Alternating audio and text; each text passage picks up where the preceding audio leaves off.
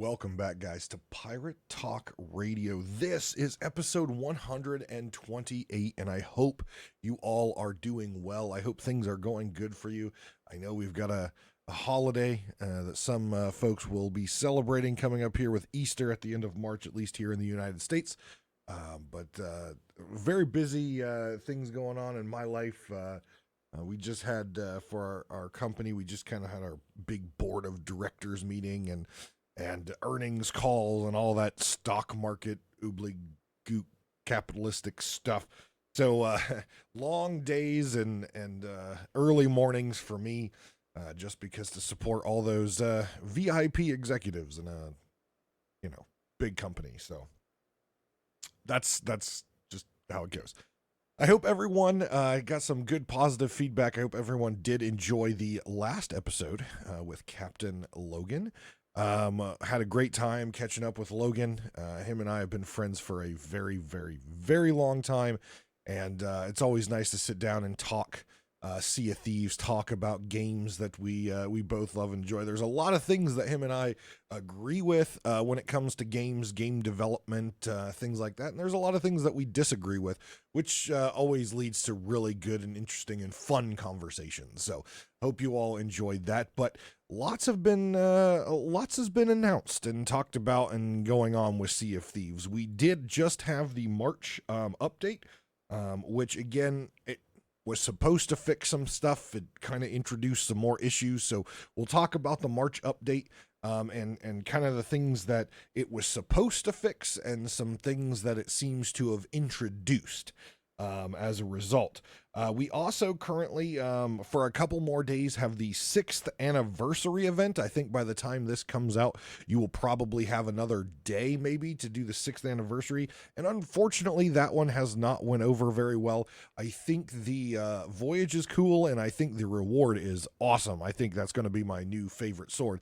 But the overall execution of the 6th anniversary event was very disappointing. Lots of broken stuff. So we'll discuss that. And then the big announcement is our 2024 roadmap. Now, you will know, I always say this about roadmaps. I like roadmaps. I like to see what is coming. I like to see what is planned. But what I want to see is execution, quality, and on time. I've mentioned that multiple times, and unfortunately, Sea of Thieves has had a history of not only not even being able to hit their timelines, but not being able to complete everything in the timeline and not having it, solid. So we'll also be talking about those. We have an announcement for season 12, 13, and 14, though 13 and 14, a little bit more, less of information. We got a bit for 13, but 14, since it is quite frankly the furthest one out, I mean, we're talking 3-month seasons. This will take us through the rest of 2024, pretty much. So, season 14 is not until like the fall of 2024. So we have quite some time there. So we don't have a whole lot there, but some really interesting things coming up, and some, in my opinion, mistakes in timeline. So we'll get into that as well. But let's first get into the March update. What did we see come in the March update?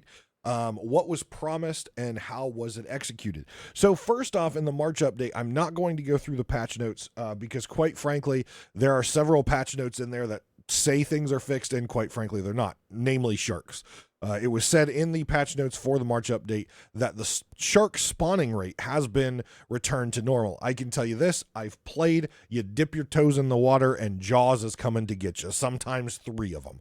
So clearly, the patch note stating sharks have been fixed is 100% incorrect, and sharks are still a big problem. And this is obviously a big problem for myself, someone who reads the patch notes, but more so for players who have been talking about this, and maybe they don't read the patch notes, but have been wanting this particular feature to be resolved, and it's still not resolved. Even after Rare said it was, it's not, which tells me they didn't thoroughly test it, or that code somehow did not get pushed into the actual update as they thought it was. But again, another miss on quality as far as the Rare side. Now, this is a small thing, right? This is a very tiny thing. You can deal with shirks. Yes, they are annoying, but in my opinion, there's a lot of other bigger critical things that they need to look at, especially in light that PlayStation is coming in 6 weeks time, and that 6 week timetable is very important for when we talk about the roadmap and why I have some concerns.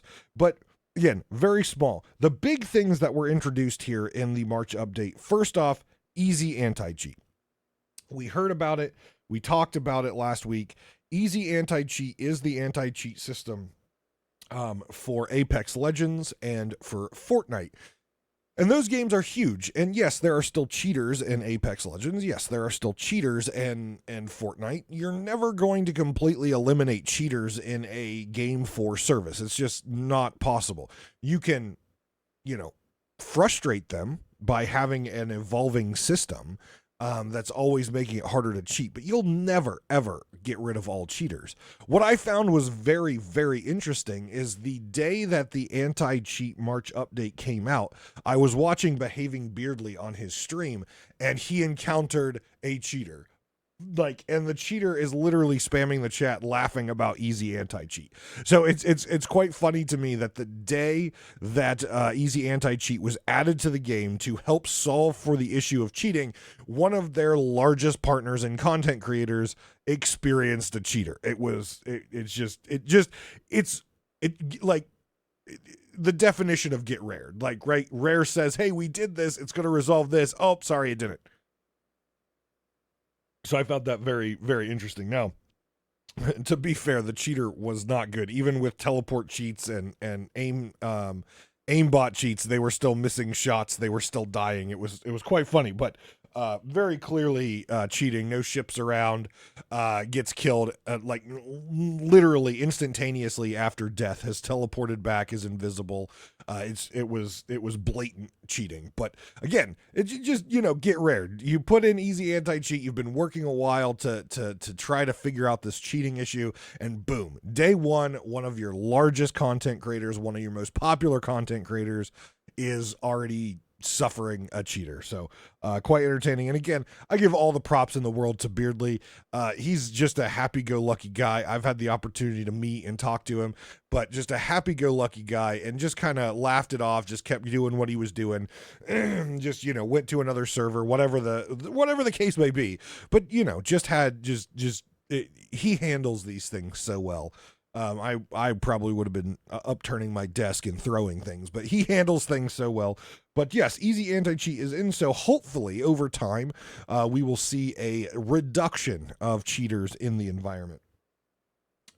The other big fix that went in was the GDK fix. I believe it's called GDK. It's their patching system, right? So a couple updates ago, we had a patch that went out. Unfortunately, you weren't able to just update. You actually had to uninstall the game and reinstall it. And the same thing happened with the March update, technically, with the fix to the patching system to make it so you just have to get new files as they come out. You don't have to get the whole game. A lot of people had to uninstall and reinstall. I chose to wait and hold off because of the next topic we're going to talk about. And when the maintenance happened recently, well, I didn't have to reinstall the game. It just picked up where it was left off. So it does appear that the update feature is resolved for now. Hopefully it stays that way. I can tell you for a lot of folks, uninstalling and reinstalling a game that's over 100 gigabytes is quite taxing. Not everyone has a unlimited plan for their internet. Not everyone has high-speed internet. So, a couple gigs of patching is a lot. 100 gigs of patching is a ridiculous amount, especially if you don't have an unlimited plan on your internet. But why I held off until at least maintenance, and we found out on my stream that this actually did resolve it, There was a maintenance on 322, and my hope was it was going to fix the largest issue that they introduced during the March update, and that is major crashes. In fact, if you watch one of Falcor's most recent videos, it was absolutely hilarious where he was pretending like the video was basically crashing throughout the entire video. I was rolling laughing.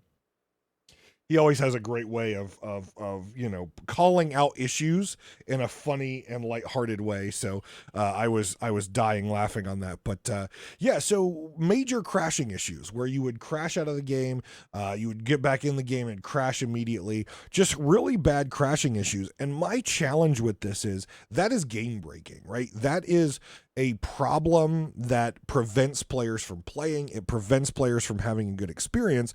And for Rare, it took them 2 weeks to resolve this.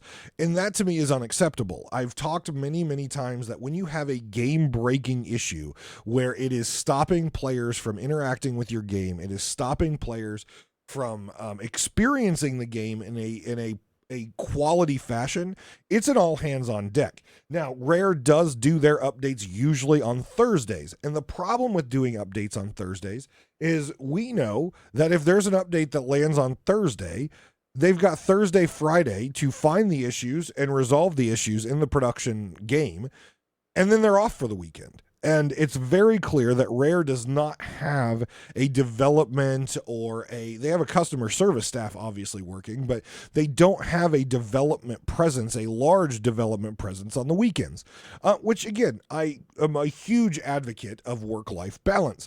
But with that, when you're running a live service game, you need to plan for that. You need to plan for allowing your employees to take time off and having some time with their family, having time away from their job, enjoying life, refreshing so they can come back to work on Monday or whenever they come back and be renewed. And unfortunately, when you're releasing updates on Thursday, you are now forcing your players to basically have a whole weekend of crap experiences. And it was a weekend of Twitch drops, which means it was a weekend of lots of visibility. It was a weekend of lots of players trying to play. And the 6th anniversary and everything was coming out, and it was just a miserable experience for about 2 weeks. And that's unfortunate. That's really bad. I really think that Rare really needs to look at industry standards as far as how other games as service companies do their updates. Most of them do their reset and update on Tuesdays. Why? Because they can take the game down, they can put the game back up with their update, and then they have Wednesday, they have Thursday, and they have Friday going into a weekend in order to resolve any game-breaking issues that they may have.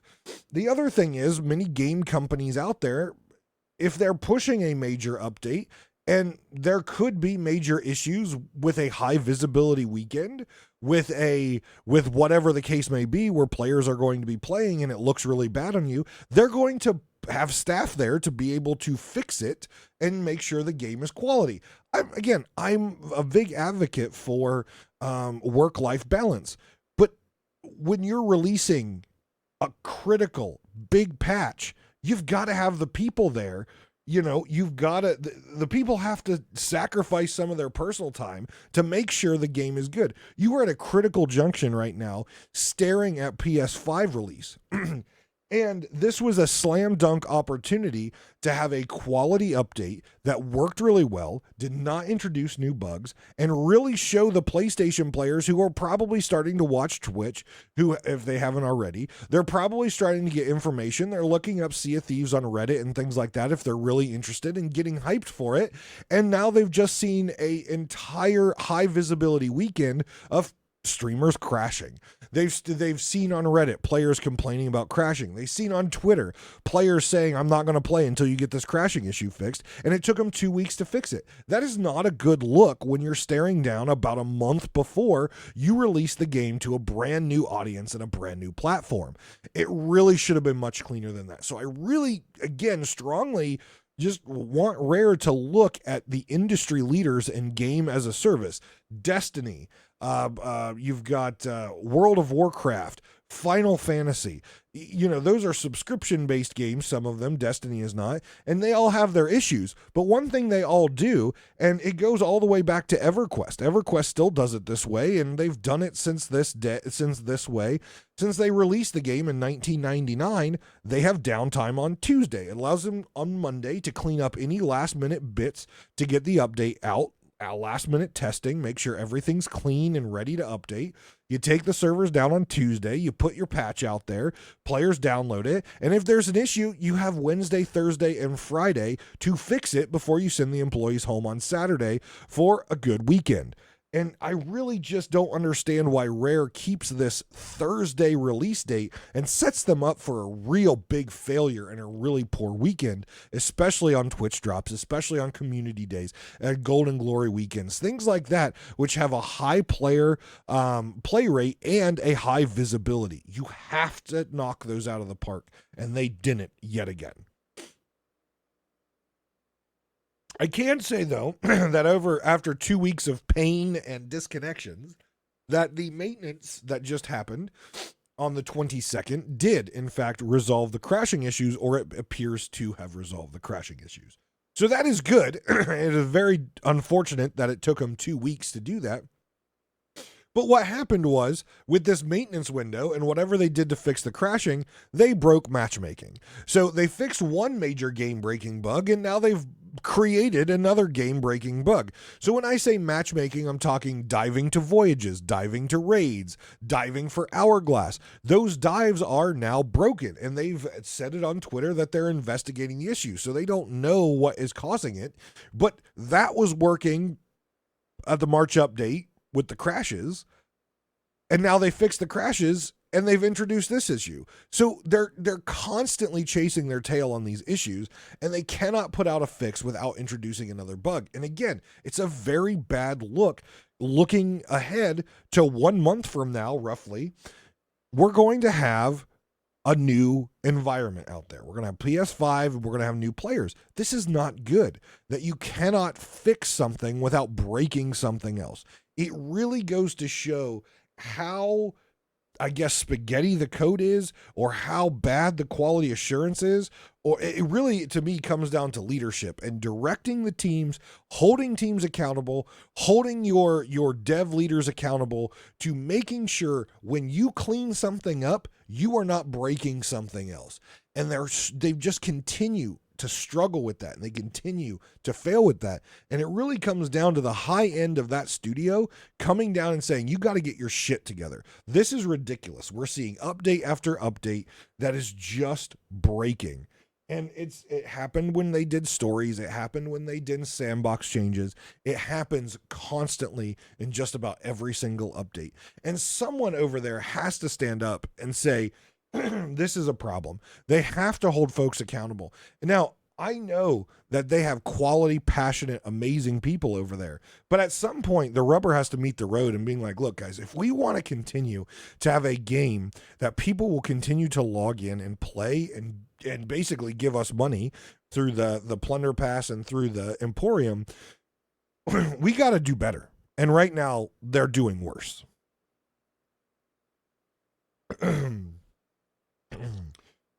6th anniversary event. The game has been out for 6 years, and clearly, even after 6 years, we're still having struggles with basic quality of the game. But those out there who don't struggle, at least to support this show, are the wonderful, the glorious and notorious patrons, of which I want to thank right now. I would like to send a special shout out and thank you to some Skemelt666, L Cute, I Geffis, Big Bad Pad, James, Lane, and Regis Stella. Thank you very much for continuing your support of my content and of Pirate Talk Radio. You guys rock, and I appreciate it very, very, very much. If you would like to financially support the podcast, starting as low as $1 a month, you can go over to patreon.com/DavrimTV, and there's a variety of different tier options. And the biggest perk that you get You get the episode before everyone else, up to 24 hours or more before everyone else. You can listen, you can giggle because everyone else is left in the dark as they wait for YouTube and my editing skills or lack thereof to get everything uploaded and get everything on the podcasting apps. You get it early. There's also some other perks and things like that you can check out. Again, patreon.com/DavramTV. And again, I appreciate everyone who continues to support this content. So what happened with the 6th anniversary? Let's talk about the good about the 6th anniversary first. They introduced a new voyage type, a legendary bottle, which allows you to go dig up Athena loot. So that is really cool, especially now that they have the prestige system, the distinguished system with the trading companies. It gives you another opportunity in order to get that Athena rep, get that delicious Athena gold, and you can dig up and you can get a treasure chest that has some Athena trinkets in it. You can get a chest of legends. If you do these out in the roar, you can get the ashen chest of the legends. So there's a lot of cool opportunities with this. And when the 6th anniversary launched, you had to do 10 of these in order to get this really awesome looking rapier. It's kind of like, it almost has a Chris feel. The sword that it's like, I don't know, it's like an S-shaped sword all the way up. It kind of has that feel. It looks very rough as far as forging. The hilt looks really nice. It's a really nice looking basket hilt on the rapier. It looks absolutely great. It has, it's kind of black with a greenish tint, and I love that. As you all know, that's kind of my jam. So I am definitely using this sword right now, and I'm going to continue using this sword because though I think the rapier style was not my thing in the start, as they continue to build out the sword collection in the game with more and more rapiers, I'm starting to fall in love with some of the art design that they're doing on some of this rapiers, and the 6th anniversary rapier is no exception to that. It's beautiful. It looks nice. I'm enjoying wielding it. It looks good on my pirate. So I'm going to continue to use this. The challenge is, and was, that you had to do 10 of these. And as you were turning them in, they weren't counting. And that always hurts. You complete the voyage and you don't get credit on a time-limited event. So, of course, Rare fixed it, right? They went into the code, they got it fixed, they got it adjusted, they made sure that every single time that you did something, it counted, right? Wrong. Their solution was, since it was a limited time event, and since, resources, I'm assuming, they reduced the award of 10 to get the sword to 1. And their response on Twitter was, because of the bug, we're reducing this from 10 to 1 to ensure that everyone has an opportunity to get it, which tells me you still may not get credit for your 1, so you may have to do multiples before the game registers that you've completed it once. I was lucky, and on stream yesterday, we did about 4 or 5 of these. I did get credit, I did get my sword, but I know one of my crew members has probably done, I believe she said 10, and still has yet to get credit for this. So that is a big problem in my mind because, again, this is a limited time event. It was only good for a week and a half, something like that. And so to have an event that you were supposed to do 10, instead of fixing the credit, you just reduced it in hopes that people would keep doing them and eventually get it. I have a feeling that at the end of the 6th anniversary, there are going to be a lot of customer service tickets opened up if they don't get their sword and have completed it.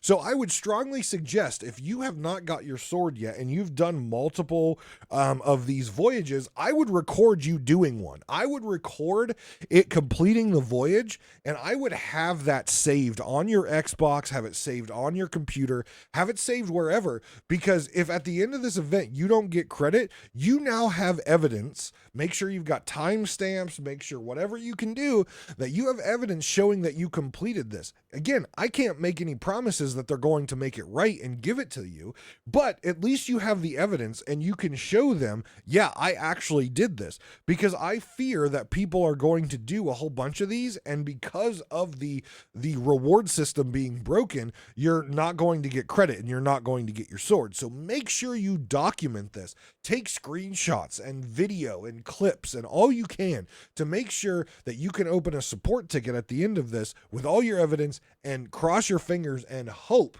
that they will be able to give you that weapon in retrospect. And if I was rare right now, I would honestly save off the trouble. I would honestly just right now, if you logged in during the 6th anniversary, here's your sword.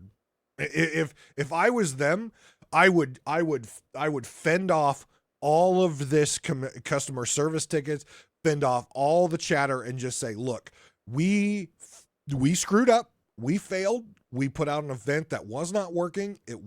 We were working on other things. We didn't have time to fix the actual root cause of the issue. We put in a fix that we thought might help folks get it, but you know what? This is on us. Everyone who logged in during 6th anniversary, here's your sword. That, in my opinion, is what they should come out and say. Now, I wouldn't say that right now, because then you're just going to have people log in to get that credit and then log back out. What you do is you wait until the 6th anniversary event is ended, and then you make the announcement. The 6th anniversary event wasn't that great for us. We apologize for the poor experience. Here is the sword if you logged in. That way you don't have the people just logging in and logging out. You're still having people chasing that. You're still having people interact with the bottles. You're still having people try, but you're making it right for all those players who did do it and who didn't get credit for it. So in my opinion, if I was running Rare, that would be my stance, is this week when the anniversary event's over, send out a customer service tweet and say, look, we apologize for the event. It didn't work the way we anticipated. It didn't give proper people credit. So we are going to make sure if you logged in during the 6th anniversary, here's your sword. And just leave it at that and move on and learn from that mistake. That's how I would handle it. Just saying. Overall, though, I thought the 6th anniversary was a little lame. I liked the new voyage. I really liked the award. And I know they're right now focused heavily on PS5. I understand that.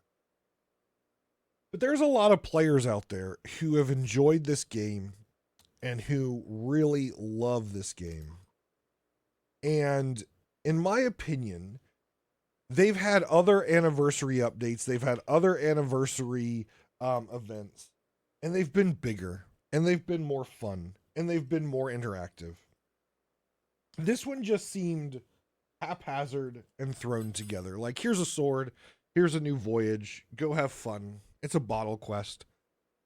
But I really feel like they could have done something more. I don't think a community weekend was appropriate for it. I don't think the Golden Glory was appropriate for it. But something fun to celebrate 6 years of this game that we all love and have fun with. I am glad that they did something simple and they're focused on the PS5 release. They're focused on cleaning up Season 12 because they have to execute that. There is no way that they survive as long as they want to if they screw up this launch. And they have a huge task ahead of them, not only to release a game on a new platform, but their beta testing is so close, as Logan and I talked about last week, to the launch. They're not going to have any time to make adjustments on anything that's broken. And they've got a whole bunch of new content coming, which we're going to talk about in Season 12, that deals with systems which are already right now broken. So I'm glad that they're putting focus where it should be, But I really feel like when you do a year anniversary, especially when you've had the year anniversaries that we've done in the past, I really felt this one fell short. But I will say the reward for this one, I think, was one of the best rewards that they've ever done. That sword is just, chef's kiss. So, with the rest of our time today, let's dive into the next 3 seasons and what we know about it. We know a lot about season 12, or at least what they've told us. That feature list is much longer than others. We know a bit about season 13 and can speculate a little bit about season 13. And we know very little about season 14 aside from we get a new weapon. And kind of what that weapon is. So let's start with looking at season 12. Now I have huge concerns with their roadmap, and let me tell you what concerns I have with said roadmap. Concern number 1, 6 weeks left in season 11. If they don't push anything, which I don't think they will. They have 6 weeks left in season 11.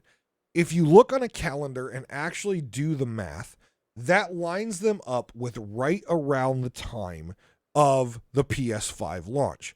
So my assumption is season 12 will coincide with the launch on PS5. Now, what do we know about season launching with Sea of Thieves? 1, they could be delayed, but I don't think this one will be because it's supposed to coincide with the launch of PS5, which means they've got a hard deadline. And when Rare has a hard deadline, they rush things. They make things not good. They skip corners. And what's going to happen is, instead of having this glorious launch on PS5 with all these new exciting faces, there's going to be bugs. There's going to be exploits. There's going to be challenges. That's how I anticipate it. I hope they prove me wrong. I hope they've turned over another leaf. I hope they've worked hard on all these features. And so the PS5 launch is great, and you wow the new players, and they want to continue to play Sea of Thieves into the future. But I don't see that happening, and let me tell you why. So in our feature list that we got, again, there's probably more stuff, but in our main feature list for Season 5, we have 2 more weapons which have hit registration. We have a double-barreled pistol, which allows you to fire 2 quick, low-damage shots at close range, or shoot both barrels at the same time for a higher damage shot at close range. And we have the throwing knife, which I was trying to think about how you were going to do a throwing knife. Is it going to be something you pull out of your armory, but when you throw it and miss and it sticks in the environment, you're down to 1 weapon. So the only thing I could come up with is this is going to be a throwable that you can find in the world, like a blunder bomb, a fire bomb, or the new bomb. But either way, it's a skill shot and it has hit registration. We know, and Rare even admitted it on their preview, or their talk about season 12 video, that they know hit reg is an issue. They know that it's still an issue. And going into this particular season with PS5, they didn't mention this, but they have to keep that in mind. They got to make that clean. So I hope right now they are doing endless testing and endless tweaks through the hit registration system to make that thing as good as possible, because it's a first-person shooter. Let's be completely honest. This game is a first-person shooter. And people have high standards in first-person shooter. And PS5 players have a very high standard on what a AA video game is. So you have to wow them, and you have to make sure these are clean. I am super excited that we're getting new weapons. We have had the same weapons for a very long time. Now, would I went with a double barrel pistol? Probably not. I probably would have went with like a boarding axe. But a double barreled pistol, for those of you who don't know history, is a historical weapon of the time or around the time. In fact, there was also a 6-barrel pistol as well. Super inaccurate, but it was like a fan of shot that goes like 6 barrels, like that, 4 barrels, 6 barrels. There was, yeah, and you loaded them all and you fired it. It was super inaccurate. Like, I'm talking real inaccurate. But a double barrel pistol, or it's kind of like a double barreled shotgun type thing, is kind of how it works. But close range, again, because the barrels are offset, you've got some aiming issues there, some consistency issues. In a first person shooter, you have to make sure that's not there. But in real life, this was a real weapon. It was definitely used. You had a side to side pistol, double barrel. You also had an up and down barreled pistol that existed in the time frame. Now, would pirates necessarily have it? Yeah, probably if they plundered it off someone, they would have it. But in general, this style of weapon, if I remember right, it was a lot of times with the elites and stuff like that. It wasn't exactly just again, so they would have to plunder it off of someone, which is kind of where they got their weapons anyways. But really looks cool. I am excited to use it. I don't know if it's going to change my play style much. It might, because I do like the flintlock. And I like having a sword, just because of mobility, especially with some of the sword changes that they've made recently. The sword actually kind of feels fun again. So I do enjoy playing with the sword, but I don't really like having, like, I like the Eye of Reach for long distance stuff. But in general, because I don't agree, quick swapping is not supposed to be in the game, even though it's still in the game. I don't do quick swapping. I never have. It's an exploit. It has been stated as an exploit. So I am not going to learn how to do it. I don't care to learn how to do it. My hands probably won't even allow me to do it. So I use the flintlock a lot and the blunderbuss. Now, the thing is, when I have the blunderbuss and the sword, I am close range, close range. If I have the sword and a flintlock, I have a little bit more range, but a little less pow.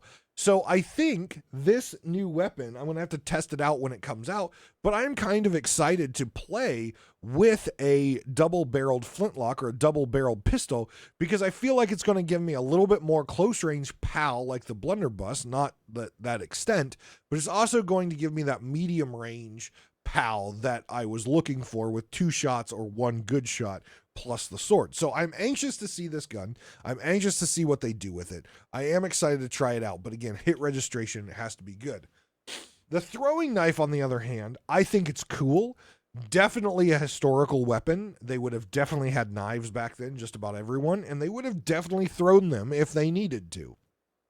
Now, they kind of used, I saw a video recently, they kind of used the same animation as the throwing knives in GoldenEye 007, which is one of Rare's, flagship games from the past.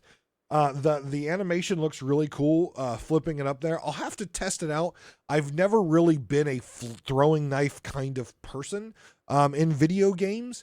Hunt and Showdown has them. Never really played them in there. Obviously, GoldenEye had them. Obviously, back then there was a whole game mode of like knives only. So like there's a place for them. Usually they're very high damage, especially if you get a headshot. Again, all damage in Sea of Thieves is the same. So I'm curious if it's going to be a very high damage, almost like a one-shot kill if you hit it. I don't know. But the other thing with the throwing knife is you can throw it or you can flip it and do like a stabbing motion for a high-powered melee attack, which is super cool that it has 2 different fighting styles. So I'm anxious to see how this one works.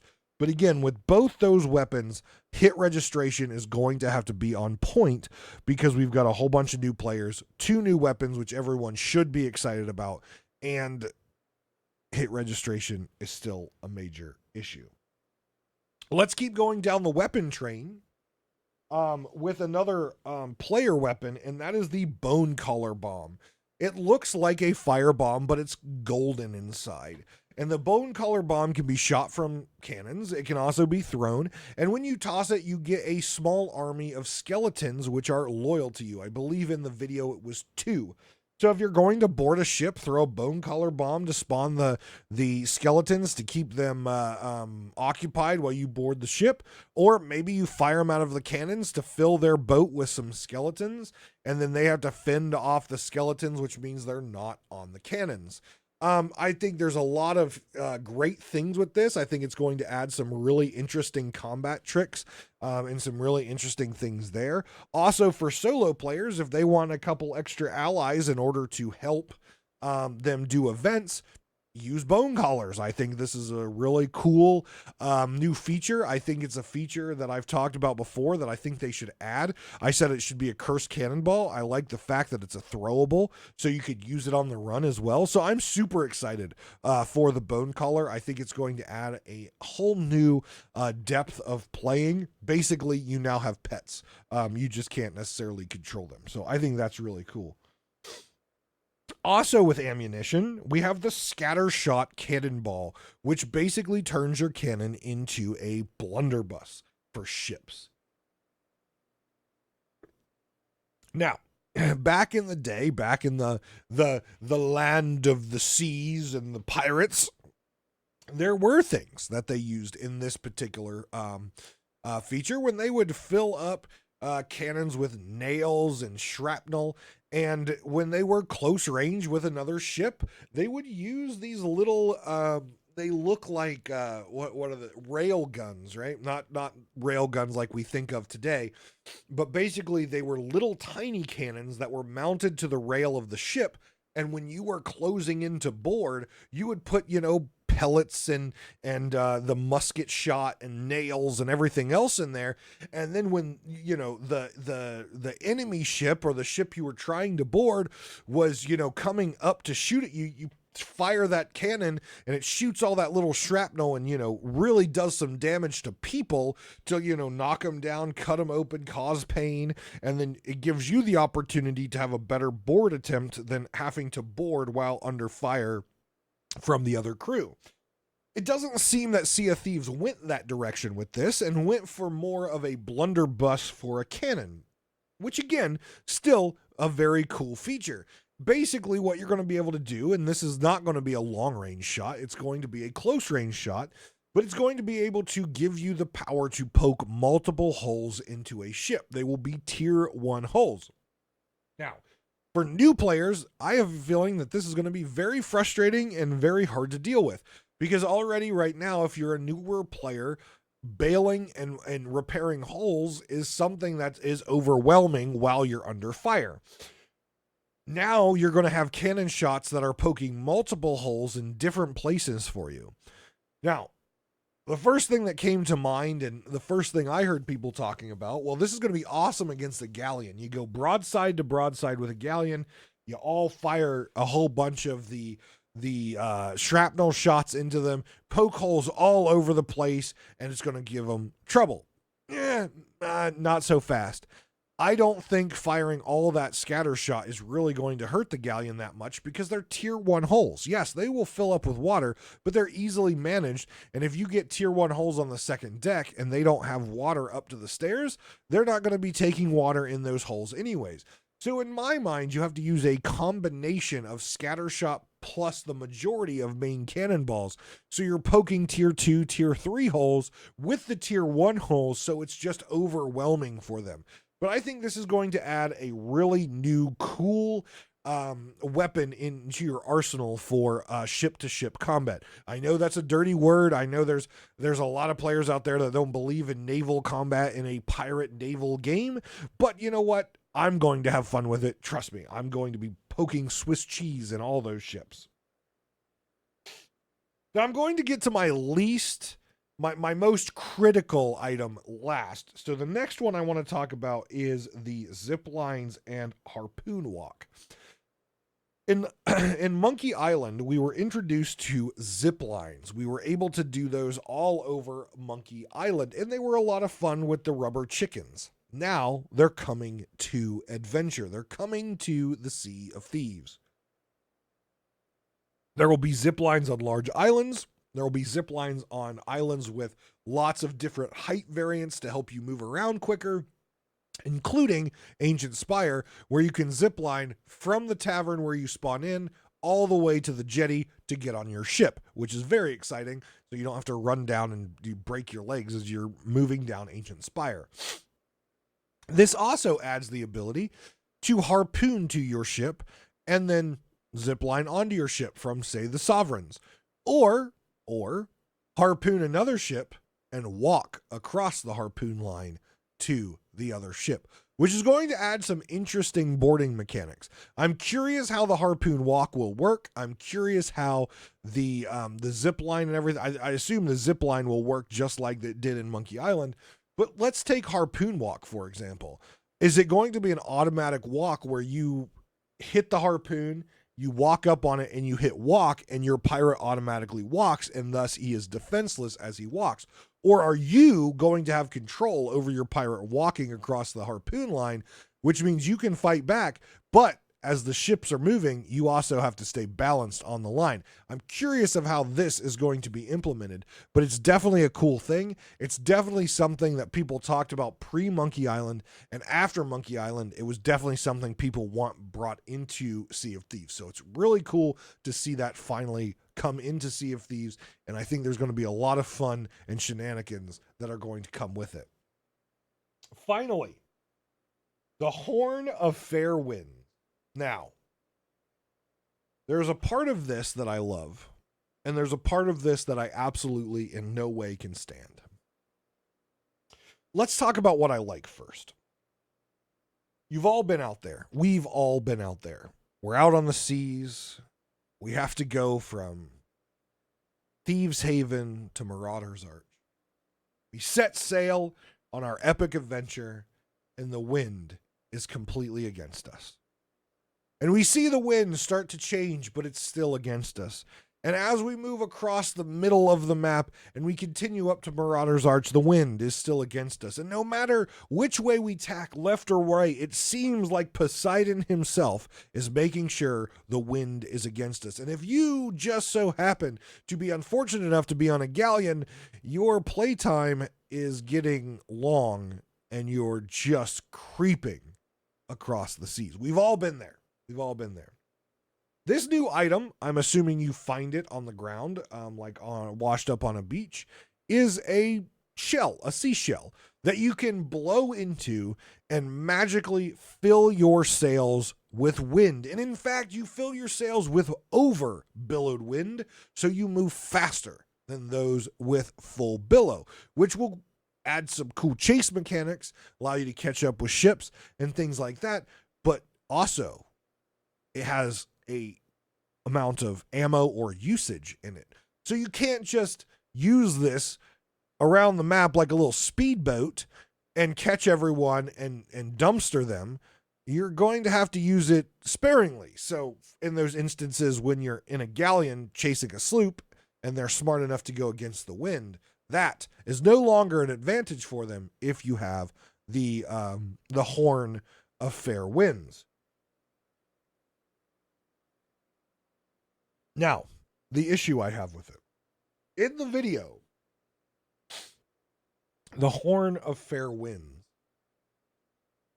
puts out fire. I know for a fact that the creative heads at Sea of Thieves have been out west in the United States. They've been to California. They've been to the windy areas where wildfires are rampant. Boats are made of wood. If there is a fire on the boat and there is wind that fans the flames, the fire spreads. It's not like a birthday candle, Rare. We're not blowing out a birthday candle here. We're talking about raging fires on a giant pirate ship. A quick is not going to put it out. If I get a giant magical wind machine and I start blowing on the fire, most likely that fire is not only going to rage slightly, it's going to spread a bit. It's not just going to go out. Why? Because oxygen is what feeds a fire, along with the fuel source being the wood of the ship. So the fact that you can use this thing to put out fires is a major, major design flaw for me. I personally think instead of using it as a defensive tool, because it can already be used to propel yourself, propel rowboats, and propel your ship, that's the defensive side. It can also be offensive, but that is the side to allow you to get away. That allows you to get your loot on your ship faster when an enemy ship is coming in. That is your way to get moving. Let's put an offensive side of it. Now, again, could we fill our sails and chase a ship down? Sure, that's offensive. But let's talk about a firebomb that you throw on an enemy deck and then use this horn in order to spread the fire, not put it out.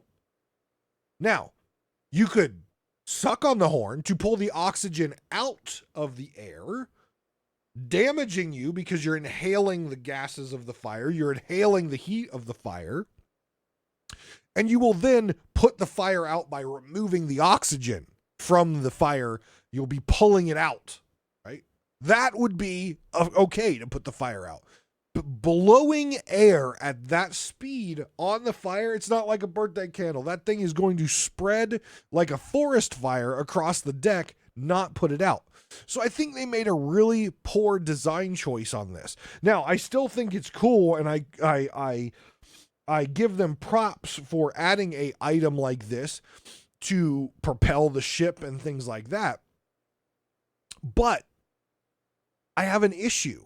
I have an issue with the design choice on the putting of the fires out. And I really think they missed there. I think they should have had it make the fires bigger, a way to spread fire as a boarding person onto a ship or something like that. I don't like the fact that it puts the fire out.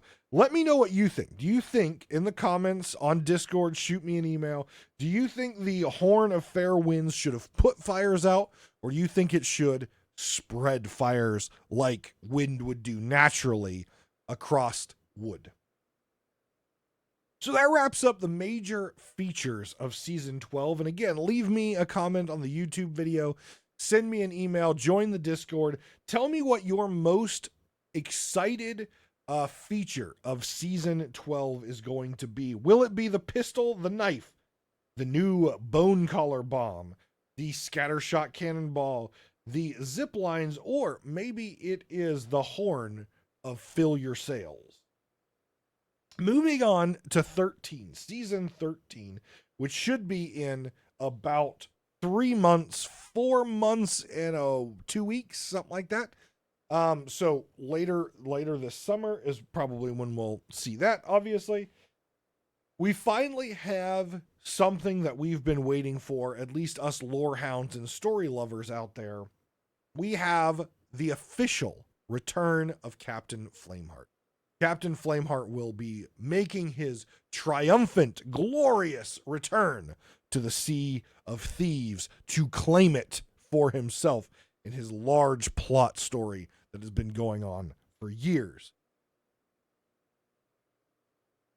With his return comes with it one of the most dangerous ships to ever sail on the Sea of Thieves. The terrifying Burning Blade. Now, we've seen the Burning Blade in ghost form. We've seen it in ghost form in the Order of Souls voyage and the former ghostly Flameheart voyage, or world event that we used to have. This is a physical manifestation of the Burning Blade, and it looks absolutely glorious. It has Flying Dutchman style looks with what looks to be a mouth in the front. It has it has 10 cannons, so 5 aside. The sails are a little off for me, but it looks like an absolutely evil ship. It has the ability to fire fireballs out the front of it. So we talked about, stern chasers, and you saw the bow chasers in the front facing cannons. If those of you who don't know what stern chasers or bow chasers are, so stern chasers are on the stern, bow chasers are on the bow. Bow chasers shoot forward, stern chasers shoot back. Right, so this will be fireballs that can be shot out the front of the ship. I think Pirates of the Caribbean actually had a ship in one of the more recent versions that it could like shoot fire out the front. But this is like 2 fireballs, right? Now, this is a world event. Players can beat the Burning Blade in a epic battle. Now, the Burning Blade ventures around the entire Sea of Thieves. It is not a single stationary world event that is going to just sit at an island. It's going to venture. And you're going to have to find it. Once you beat the Burning Blade in combat, you will have the ability to board the Burning Blade, pledge yourself to Flameheart, and take the Burning Blade as your ship for a limited time. Now, you'll be marked on the map, and the world event will technically be continuing, only instead of AI controlling the ship, it'll now be you and your crew handling the 10 cannons and the flame balls from the front. During this time, there will be another thing that's out in the world called skeleton camps. Some islands, I'm assuming smaller islands, will have skeletal camps that have sprung up and been built on them. Reaper's Hideout is getting a little bit of a rework. And in these skeletal camps are a precious precious artifact that Flameheart needs in order to conquer the Sea of Thieves through the power of the ancients. So, if you own the Burning Blade, if you have the Burning Blade, you go around and collect these artifacts and then turn them in. Now, here is the kicker. You have to keep the Burning Blade afloat. And so there's a risk versus reward system, because as soon as you turn in these relics, you've now lost the Burning Blade. The event is over once you turn in the relics or once it sinks. So how many relics will you go after? How much heat will you be able to take as other players are trying to sink you in the Burning Blade? Because players will also be going after these relics, but they have to fight back the skeletons, where if you, the one who has pledged himself to Flameheart and is sailing his flagship, the skeletons aren't going to bother you. They're going to let you right in and take that artifact that they're protecting. But other players want that artifact, and so they're going to have to fight through the skeletons. So you have to get the artifacts and keep the Burning Blade afloat, but players are going to be coming after you. So it's going to be a very interesting forced PvP world event. Or maybe you're just going to get away scot-free, which I'm assuming some people will, get a whole bunch of artifacts and decide this is the end of my play session and go turn them in, and then you lose the Burning Blade when you turn it in. But it's a very cool looking ship. It's a very unique looking ship for the game. It's a larger ship. I know everyone has been wanting Man of Wars and larger ships. This is a larger ship. And because it's a larger ship and you have 10 cannons instead of 8, you also now have a crew of skeletons that will be AI working on your ship. I don't know what all they'll do. Maybe they'll repair it. Maybe they'll fire cannons. Who knows what they'll do? Maybe they'll fire the fireballs. I don't know. But when you have that much ammunition on that big of a ship and you only have a maximum of, let's say, 4 players to pilot it, you're going to need some help. Imagine if you were a solo sloop and you beat the Burning Blade, and now you're 1 player with 10 cannons, a fireball cannon in the front. You're going to need a lot of help to pilot it. So I'm really excited to see how this particular world event plays out. I want to see how the lore and how the story of Captain Flameheart continues. Obviously, Captain Flameheart isn't going to go anywhere anytime soon. There's probably a lot more of his story and our story with him to tell, but it's a really cool ship. and I'm going to have a lot of fun destroying people with it. And then finally, Season 14. Way in the future, at the end of the year, we will have Season 14, which will introduce yet another weapon, which is the grappling gun. It is, in fact, a Eye of Reach that has a grappling thing on it, which means you can grapple onto cliffs and pull yourself up. It's basically a new movement tech, which is actually kind of cool. I know I've played the game Pal World, which has a grapple gun in it. There are many games that have grapple guns in them, but this particular gun looks like it's going to be a lot of fun, maybe to help board ships, move around islands and things like that. Maybe it can be used as a weapon somehow. Shoot someone with a grapple gun and pull them in for a sword slash. I don't know. It was the only feature they really talked about for Season 14, so I'm anxious to see what that's going to look like as we get closer to Season 14 later on this year. In my opinion, it's a really large roadmap as far as things that Rare is going to have to execute on. I think there's a lot of cool things there and a lot of fun things there that if they execute on it could be really fun. My biggest concern, however, though, is going into PS5 launch, did they bite off a lot? A lot of stuff that interacts with systems which are already having issues. I think they did, and I just hope they can execute it. In my opinion, it would have been better to launch PS5 with the Season 13 features, with the Flameheart story, with the world event, and allow players to play through, the Tall Tales, play through the all the different stories from Pirates of the Caribbean to the Shores of Gold, to the Heart of Fire and the Seabound Soul, and then Monkey Island, and kind of learn the story that has blanketed Sea of Thieves, and then they can see why the Burning Blade's there and interact with that event. And I also see the flip side where, hey, we'll do Season 12, give them time to catch up on the story, and then continue the story with Season 13. I just feel like Season 13, looking at it from an outsider's point of view, it doesn't really deal with hit reg and some of those critical issues that are going to be important to have resolved for PS5. Having that before all that, I feel would have been a smarter move. But again, I'm hoping that they just execute this. It's going to be a clean and nice launch. I'm still trying to find out information as if me as a PC/Xbox player can pre-order the PlayStation to get the cool weapons. If any of you have figured that out yet, let me know. Everywhere that I go, it just talks about buying it on PlayStation, but I need to be able to link my account so that I can get those weapons on my main account. So if you figured it out, if you have an article that talks about it, if you have any evidence whatsoever, please let me know, because I would really like to get those weapons on my main account just because they look so cool.